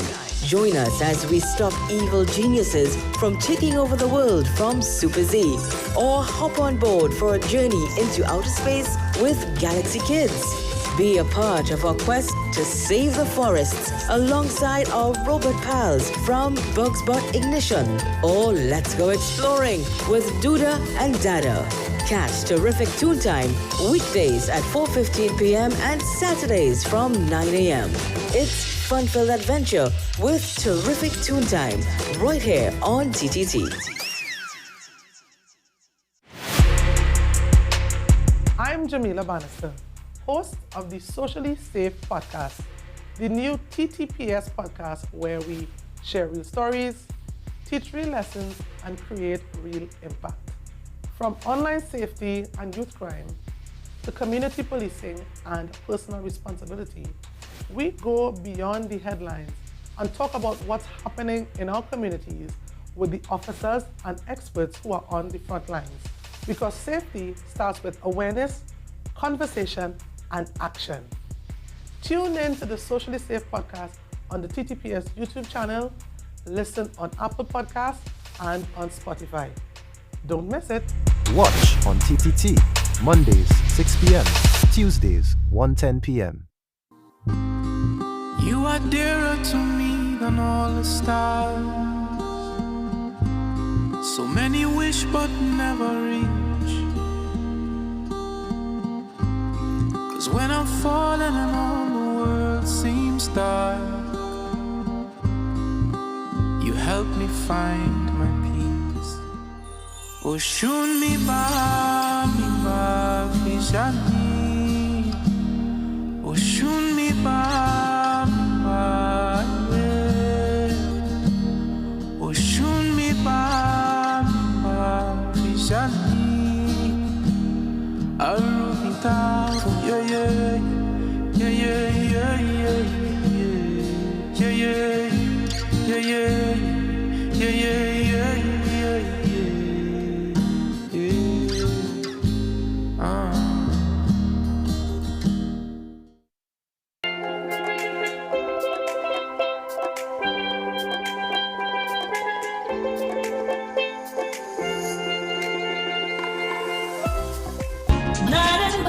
Today, good morning. This is The Link Up with Sweet 100.1 FM. It's time now to link up with Nicholas Hoyt on Sweet 100.1 FM. Good morning, Nicholas. Happy Good Thursday. morning. Good morning, Virmala. How are we doing? Happy Thursday going out to you. I'm doing good. Happy CPL season as well. Who are we supporting? Yes. Ah, gosh, boy. TKR. We're not doing so well right now. But yeah, supporting TKR all the way. Well, the bandwagonist is not with you in studio today, so I No. I wonder who he's supporting.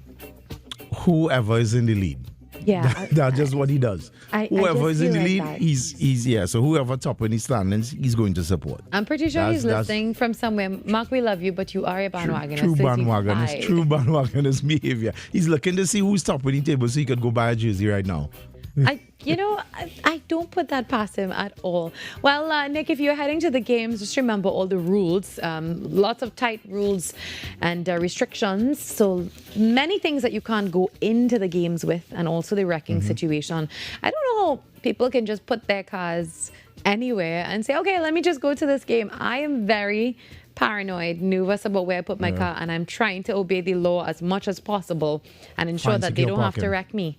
Yeah, imagine coming out of a game and you had the worst time because your team just lost, and then you can't find your car. Because the first thing you think is, well, someone stole it. And then the second thing is, let me go to the police station and see if it's there. Yeah. Have you ever been wrecked before? Yeah. So funny enough, I worked at another place, and while I was on air, I had a view of the road.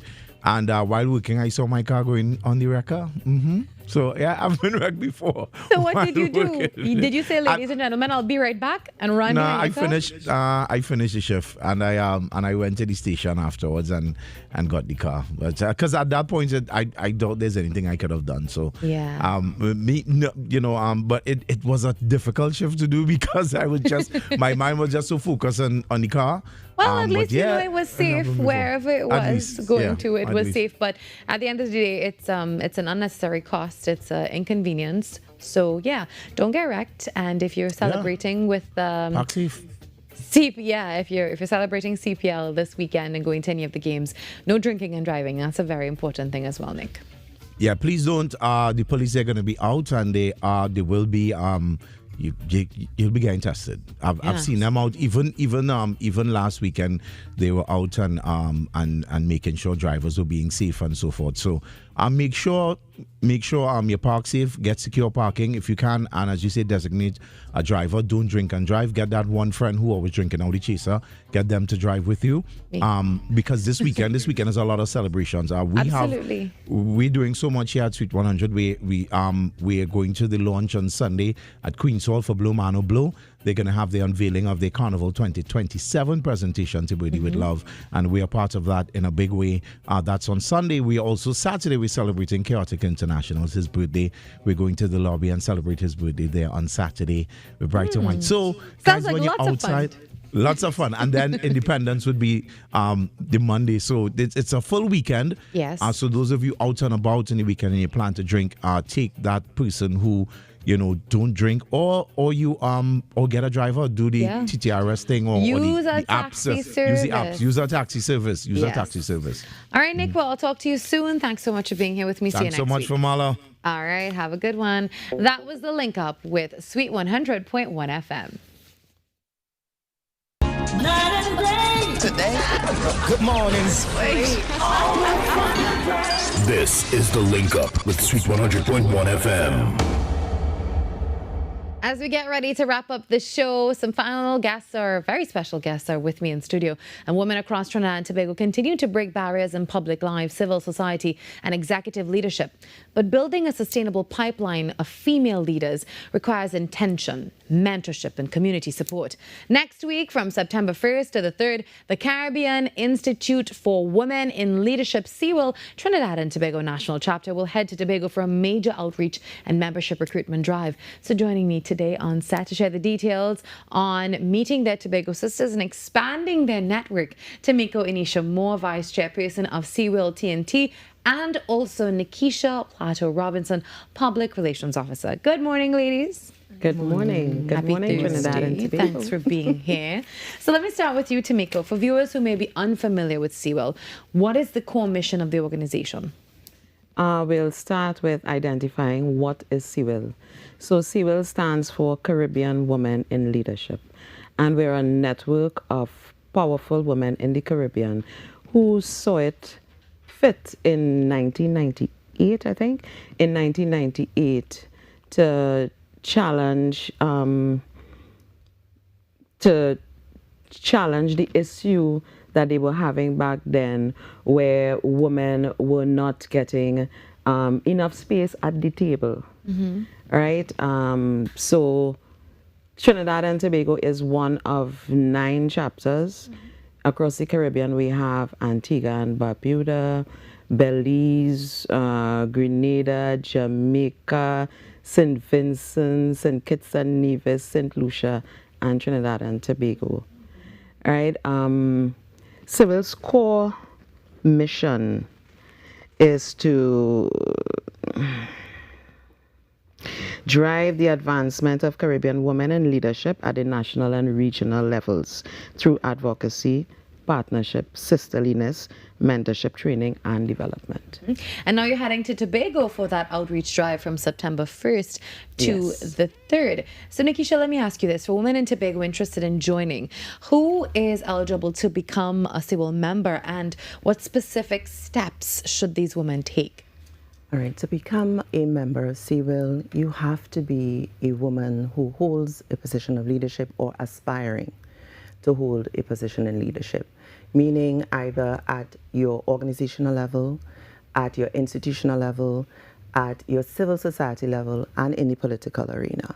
So it's open in various spheres once you're interested, or if you're aspiring and you would like to be a woman in leadership. You have those missions, those goals, and those values that are inputted into you, and you're seeking this opportunity. This is what our organization is all about. So that is the eligibility. As it relates to, what was the other part of the question? Basically, just, what do you need to have in order to be able to be a part of CWIL? What do you need to bring? What documents, anything like that? Well, initially, we're not asking for documents in the first stage. So once you sign up and you fill out our registration document, we will schedule an interview with you. And the interview will be with our team via Zoom. And then you will submit the relevant documents of your CV or a bio, not all. Yes. So it goes hand in hand. And the committee will review the necessary documents, and we will then confirm whether or not you're eligible to become a member. But it's not just the interview, as well as looking through your academic qualifications and experience. You have to be invested in women in leadership.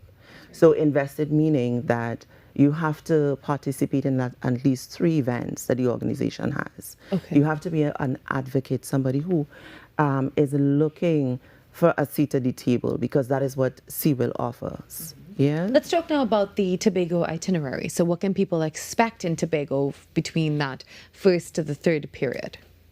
So when we get to Nikisha will get to Tobago first. Everything we're having will be on the 2nd. So we are heading to Portmore, set up our little table with our information, and we are asking Tobago sisters, Tobago women, come to our table, get some information about CIVIL, join the team. Let's go advocate for women. Let's advocate for a space at the table. You know, also we are having a sister meetup. So we're the Trinidad and Tobago chapter, but the Tobago sisters live in Tobago and the Trinidad sisters live in Trinidad. So very rare we would get time that we get to meet and greet with one another. So we're going to use the time to do that as well. Last year we had a competition during the 16 days of activism. I was here for that. And we are now presenting the prize to the Tobago winner. So because of the little distance and, you know, everybody have their lives and a lot going on. So we're just getting to presenting her with that prize. So she will be invited to that little get together, that meet and greet that we're going to have. And we're going to present that prize to her. She was the 2nd place winner. Say hi, Olivier. Well, before we go, Nikisha, to women out there who may be wanting to do this in Tobago and to come and be a part of CIVIL, what would you say to that woman this morning in a leadership position or an aspiring leadership position? I would say come and see what CIVIL has to offer. Because I was in a similar position. I worked in an organization where the opportunities were not given for a seat at the table. And I was looking for an opportunity to network and to grow. And in looking at the various organizations available, I came across CIVIL. And when I joined the organization, I realized it had so much to offer through mentorship, through coaching, through meeting women who I would not have had the opportunity to meet had I not joined CIVIL. And these women imparted so much strength and resilience into me and poured into me so that now I have the opportunity to advocate for the organization and advocate for women to have a seat at the table, because we work with United Nations, we work with UNESCO, we work with IDB. So you are now getting that opportunity to work with international organizations. So come on down and sign up and see what CIVIL has to offer. Go see what CIVIL has to offer you in Tobago, September 1st to the 3rd. You can get all the information on their pages as well. Thank you for being here with me, ladies. And before we wrap up this morning, just a quick update on the Nepal flash flood. More than 900 people are missing now, and that death count has gone up to 359. And this is changing in a matter of minutes. So tomorrow, we'll continue updating you on that. Speaking of tomorrow, we'll be back 6 to 8, where we do this all over again, celebrating Independence Day tomorrow on the show as we head to that weekend, 64 years of independence for sweet Trinidad and Tobago. Have a wonderful day. I'll see you soon. Bye-bye.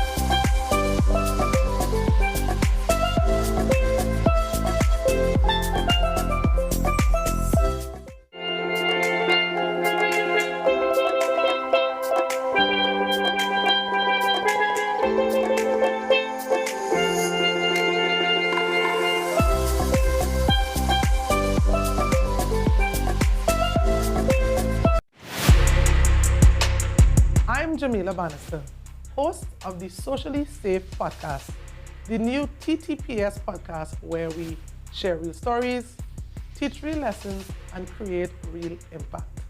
From online safety and youth crime to community policing and personal responsibility, we go beyond the headlines and talk about what's happening in our communities with the officers and experts who are on the front lines. Because safety starts with awareness, conversation, and action.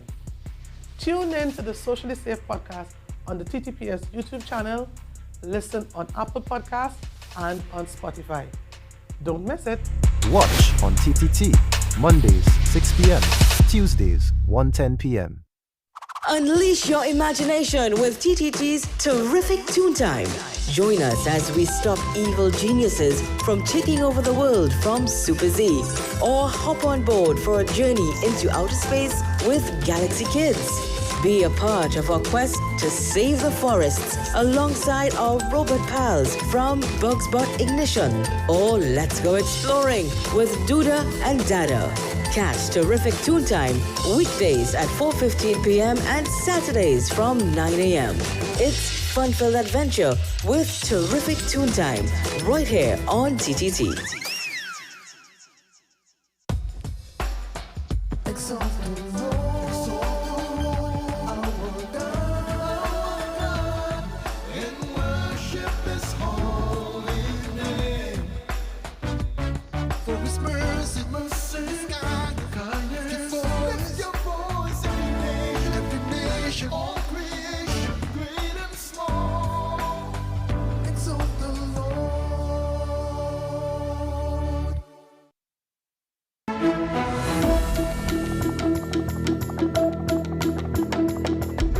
Good morning, this is your CDT News Update. I'm Carrie Roberts. Making the news at this time.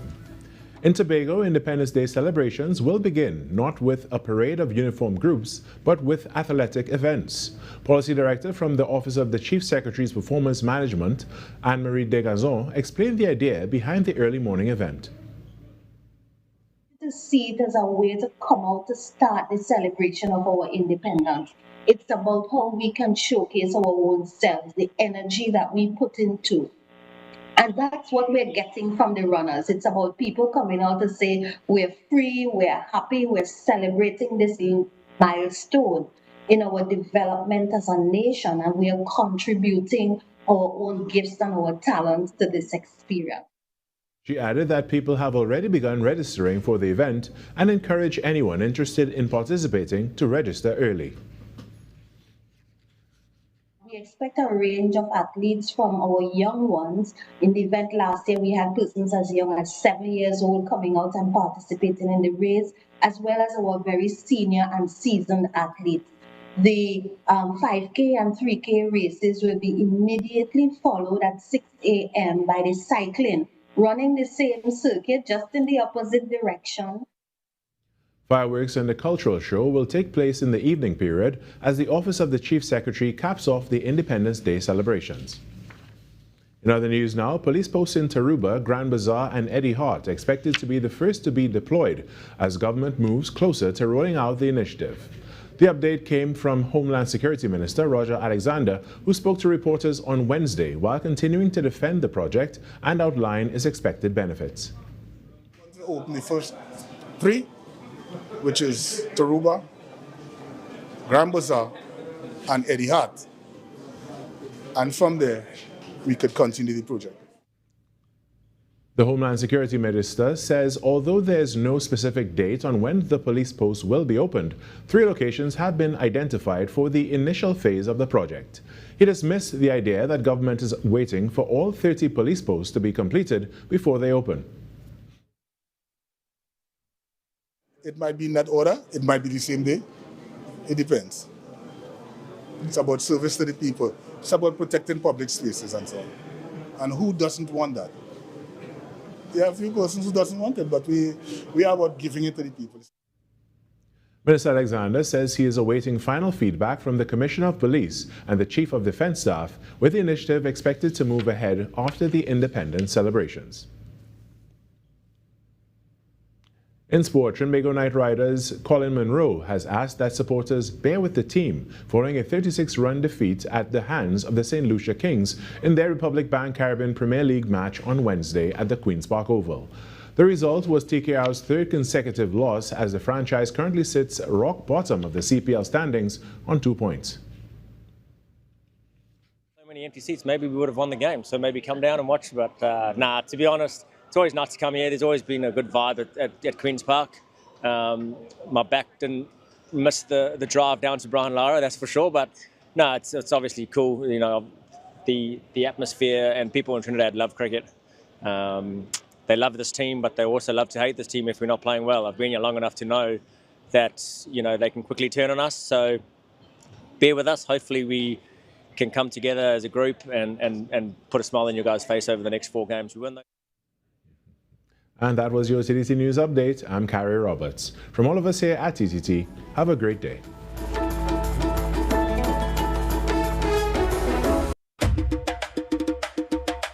This August, join TTT as we celebrate emancipation through a month of culture, history, and entertainment. In collaboration with the Emancipation Support Committee of Trinidad and Tobago, experience the Pan-African Festival as